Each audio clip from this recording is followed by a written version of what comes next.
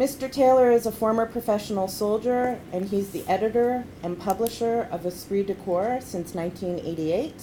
Since the inception of Esprit de Corps, Scott has logged over 1 million air miles as a war correspondent, reporting from such global hotspots as the Persian Gulf, Cambodia, Western Sahara, Croatia, Bosnia, Iraq, Turkey, Yugoslavia, Armenia, Azerbaijan, and Afghanistan. Scott regularly appears in the Canadian media as a military analyst and is the recipient of the 1996 Quill Award for outstanding work in the field of Canadian communications. In that same year, he also won the Alexander Mackenzie Award for Journalistic Excellence. He's also a weekly columnist with the Halifax Chronicle Herald. He's also a columnist for the Embassy Magazine and contributes to the Ottawa Citizen, Maclean's Magazine, the Globe and Mail, the Toronto Sun, Reader's Digest, and the Global Television Network. I'm going to take a little bit of a different approach, but I think a lot of the things which I'll put forward are certainly going to support what Malalai Joya has just told you. She's coming at this from a perspective of being an Afghan, and I'm coming at it from the perspective of someone who's gone there and reported 5 times unembedded, not going in with the troops. I'm an ex-soldier. Being here with a peace organization shows you just how much we need to know and how much we need to open the debate in Canada, how much we need to educate ourselves. And that's sort of the purpose of what we do. I'm working on a documentary now based on some of the interviews which we'll touch on quickly here today, some of the people that we've gone and met with. A lot of people which we don't normally see in the nightly news, but they're people that she mentioned, the people that actually do control Afghanistan. Now, just to explain, unembedded, when we go in, you can see from that slide, that's me with the baby. We dress like the locals, we grow beards, we grow our hair, and we spend weeks to prepare and go in, and still, no matter how many chances or things that we do to mitigate the risk, we stick out from about 200 meters away. They can tell that we're not an Afghan. So we can mitigate it, we can't eliminate it, and as you can understand, I mean, we've had journalists that have been kidnapped and certainly killed in Afghanistan. It is a risky endeavor. One of the characters that we give voice to, and we'll hopefully come up on the screen here, is General Rashid Dostum. We've met with him 3 times. He's difficult to get an interview from. He won't go on camera, but we can talk to him. He's the quintessential warlord in Afghanistan. I mean, this guy was originally a communist. He supported the Soviet Union. He supported Najibullah when he was still in power for a couple of years. Then when the warlords, Mujahideen, began to win, he discovered his Islamic roots and he became a Mujahideen. He switched sides. He changed the balance of power. He fought against Massoud. He fought with the Taliban. He fought against the Taliban. And then right after 9/11, as he says, he picked up the telephone and called Don Rumsfeld and said, "I'm your man in Afghanistan." And we've interviewed him. He says that if NATO were to support him, give him a 5,000-man army of his old fighters, support him with air power, he could eliminate the Taliban within 6 months. NATO officials agree. They say, yes, he could do that, but there would be a river of blood in southern Afghanistan. This man is a killer. I'm not sure how many he's killed by his own hand, but he certainly is a face and certainly a power broker in Afghanistan. She had mentioned the next character. His name is Mullah Rockety, which translates to Reverend Bazooka. He was a Taliban fighter who was good with an RPG. He is, since the collapse of his former Taliban government, discovered he's now a Democrat. He ran and understood democracy on the Taliban ticket, and he sits as a member of parliament. Interestingly enough, of the people that we interviewed, he was one of the few voices that said that NATO must stay longer. And the reason he said that was because the Taliban have been weakened in their fight against NATO, and that they will not be in a condition to fight the Northern Alliance, the other warlords who have gotten stronger during this period. So in a complete twist of irony, the longer NATO stays, the stronger the Taliban gets for the subsequent civil war that they plan to fight, which I found rather interesting. And again, people like Peter MacKay and whatever will say that we can't talk to the Taliban, we must deal with the Karzai government, but they actually are members of the Taliban that sit as members of parliament, which makes things very complex. This guy, Ustad Muakik, is the Hazara leader. He's the Shiite leader, the tribal leader, the warlord.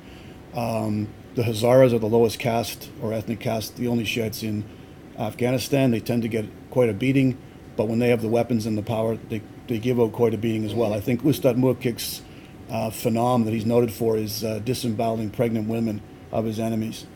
He is one of the reasons that they passed the controversial rape law in the Karzai cabinet, allowing a man to deny his wife food if she doesn't put out her matrimonial duties in the bedroom.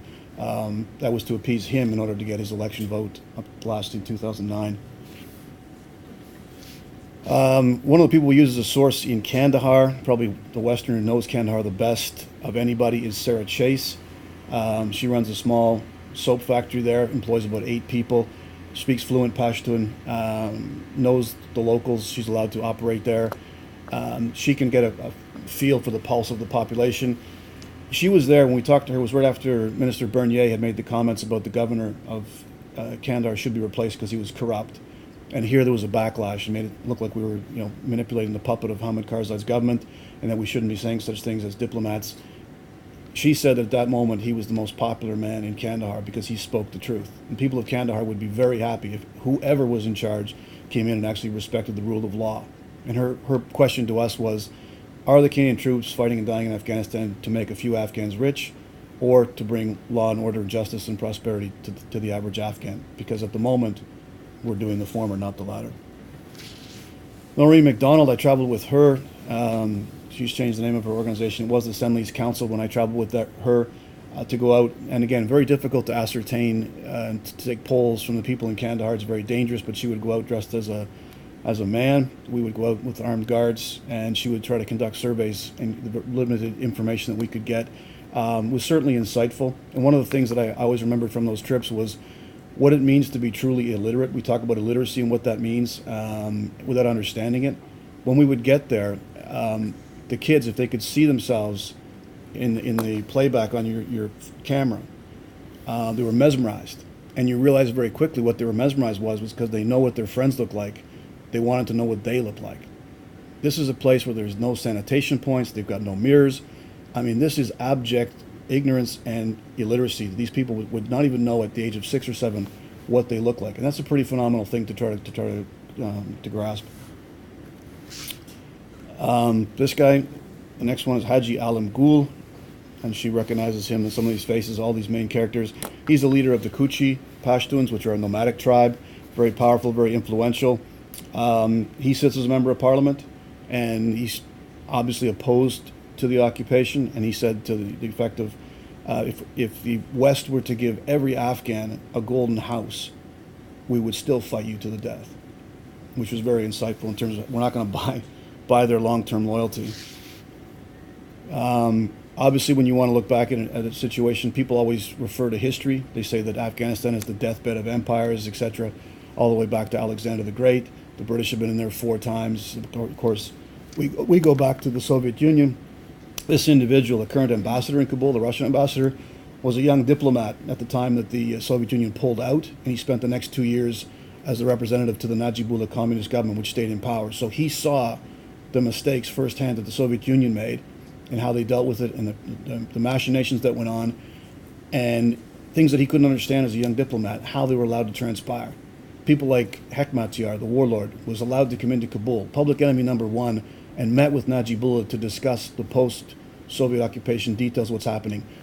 Days after we spoke to this individual, Hekmatyar's people again arrived in Kabul and began negotiations with Karzai for what's going to happen after the Americans pull out. This isn't history repeating itself hundreds of years later. It's the same people, not their sons, not their grandsons, the same Afghans making negotiations to deal with the next generation. Another individual we dealt with was Akbar Bai. He's a Turkmen tribal leader. He knows firsthand. He's a very prominent individual. A couple years ago, General Dostum, who I showed you earlier, had an argument with him, came to this individual's house in Kabul, shot one of his guards, came in, and then spent the next 24 hours mercilessly beating Akbar Bai. Despite his prominence in the Afghan society, no justice has yet to be done to Dostum. They all know what happened. In fact, Dostum raped this individual. I mean, that just gives you an idea of what sort of rough justice the leaders of Afghan society and the Afghan government currently in place. I mean, she talks about them being criminals. We talk to them and find out what their acts were. To do with the issue of women's rights and advancement, we spoke to Jennifer Rowell. In fact, she was interviewed in the Toronto Star today. She's back in Canada on a tour. She's been over there for 3 or 4 years. And she was quite open to the fact that they have actually regressed in terms of the advancements they were making since about 2004. In those early heady days, people had hope. They put women through to educate them, and then realized when they came out the other end, There was no place made for them in society, no place made for them in business. And without a network, a power-based network, they still have no protection and therefore no real power in Afghanistan.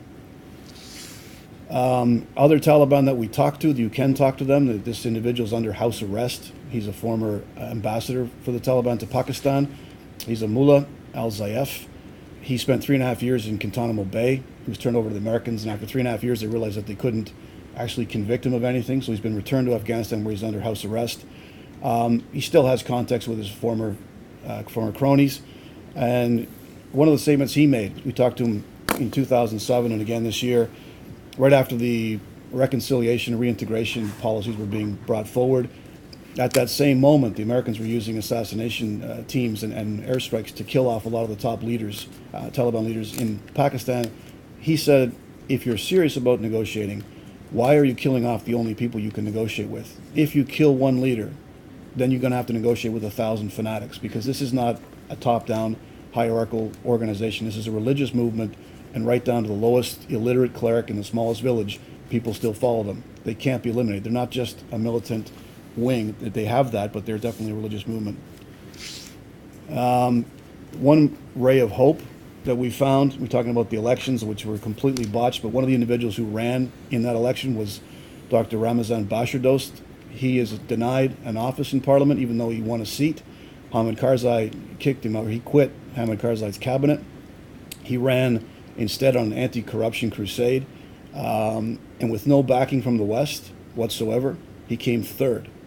This guy's a dark horse. He believes, practices what he preaches, and one of the things he wants removed first and foremost is the corruption. He said the first place to target is the U.S. Embassy, the very same people that prop up Karzai, then go after the Karzai administration. He would love to have a task force and go in as an Elliot Ness type character to clean out. He knows he's got the boxes of documentation that you could take these guys out with the corruption, but people ignore him, particularly the West, and of course because the U.S. Embassy is his primary target, he gets no support from them. One of the prime objectives we hear over and over again for the Canadians is to build schools. We hear that we've built, I think, 5. When we were in Kandahar, we were outside the wire. We traveled to the largest high school in Kandahar. 4,000 students enrolled. They had a total of 400 books, and that's not titles, that's books. I think they had 2 computers, which they could only use whenever the power from the city was a couple hours a day. What he had none of, this is the principal, was teachers. All of his male teachers, and there is only no female teachers, his male teachers had gone to join the Army. As a soldier, they can make $120 a month. As a teacher, they can make $60. So we readily recruited them as eager young new soldiers, and what we've done is denied the next generation of Afghanistan. They've got a building, they've got a facility, but they've got no one to teach the next generation. So a lot of times we do short-term planning without looking at the long-term results. Now, one of the places we got into, I'm going to probably use up the rest of my time, the very contentious issue about detainees in Kandahar came to light in early spring of 2007. We were there. I happen to have a personal relationship with the head of NDS, Amrullah Saleh.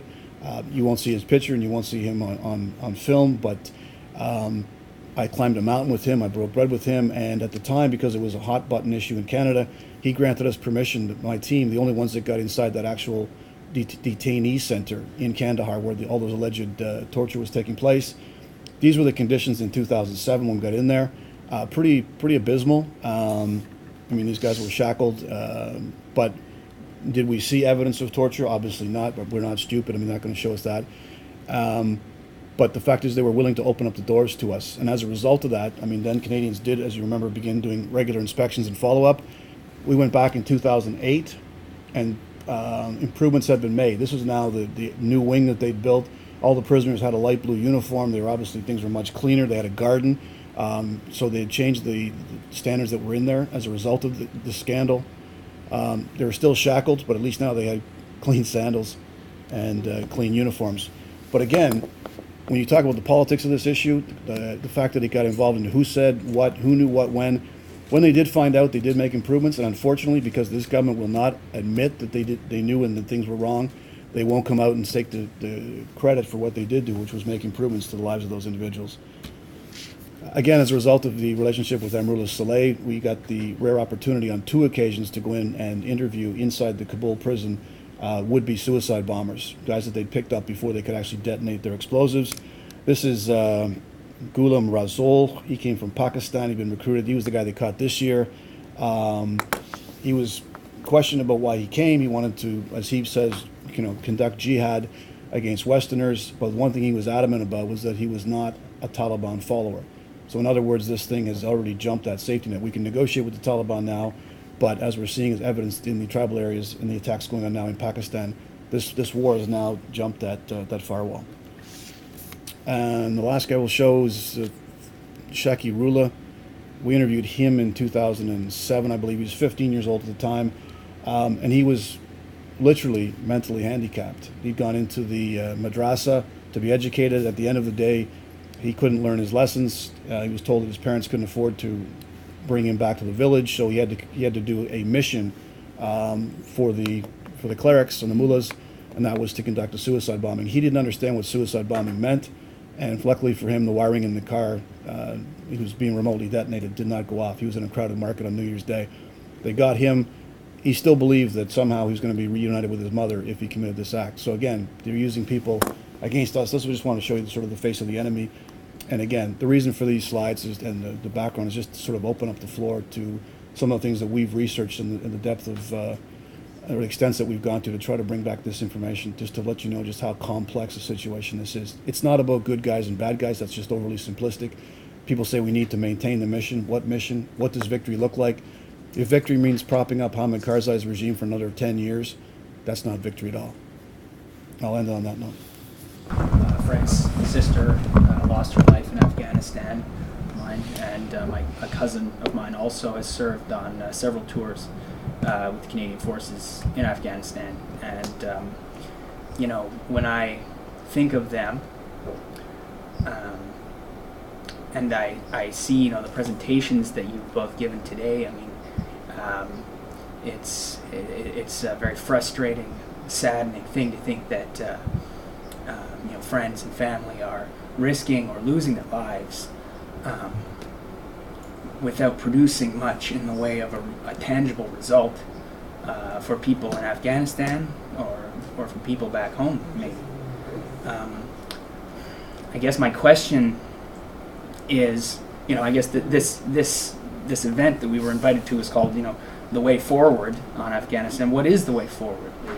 If NATO were to start pulling out tomorrow, what would happen in Afghanistan? What should happen? I guess those are very broad, big questions, but that's my question for either of you. Question, what would happen if NATO pulls out? Unfortunately, everybody in Afghanistan realizes that there will be more fighting amongst themselves. I mean, obviously, we haven't delivered prosperity to them. We haven't really delivered on education. Opportunities that were missed early on in 2002, 2003, there was hope from the population that there would be a change. They're not seeing that manifesting itself into anything tangible. And, I mean, is it too late?